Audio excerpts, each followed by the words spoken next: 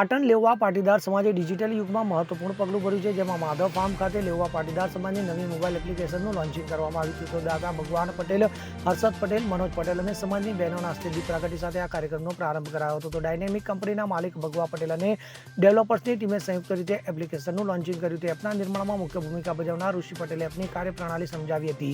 તો હેતાંગ પટેલે શૈક્ષણિક વિભાગની માહિતી આપી હતી. તો અભય પટેલે મેટ્રોપોની અને બિઝનેસ વિભાગની વિગતવાર માહિતી પ્રેઝન્ટેશન દ્વારા રજૂ કરાઈ હતી. તો એપ્લિકેશન ડેવલપર્સે જણાવ્યું કે આજના ડિજિટલ યુગમાં લોકો ભલે ઓનલાઈન જોડાયેલા હોય, પરંતુ વાસ્તવિક જોડાણની ઉણપ જોવા મળે છે. તો આ એપ દ્વારા સમાજના સભ્યો વચ્ચે સામાજિક એકતા મજબૂત બનશે. તો એપમાં શિક્ષણ અને રોજગારલક્ષી માહિતી ઉપરાંત કટોકટીના સમયે મદદરૂપ થવાની સુવિધા પણ ઉપલબ્ધ છે. તો વિશેષ રૂપે એપમાં સાયબર ફ્રોડથી બચવા માટેની માહિતી પણ સામેલ કરવામાં આવી છે. તો આ કાર્યક્રમ દરમિયાન હાજર રહેલા સભ્યોએ એપના વિકાસ માટે મૂલ્યવાન સૂચનો આપ્યા હતા. તો એપ દ્વારા થનારી જાહેરાતની આવક સમાજના વિકાસ કાર્યો માટે ઉપયોગમાં લેવાશે. તો મોટી સંખ્યામાં ઉપસ્થિત સમાજના સભ્યોએ આ પહેલને આવકારી હતી.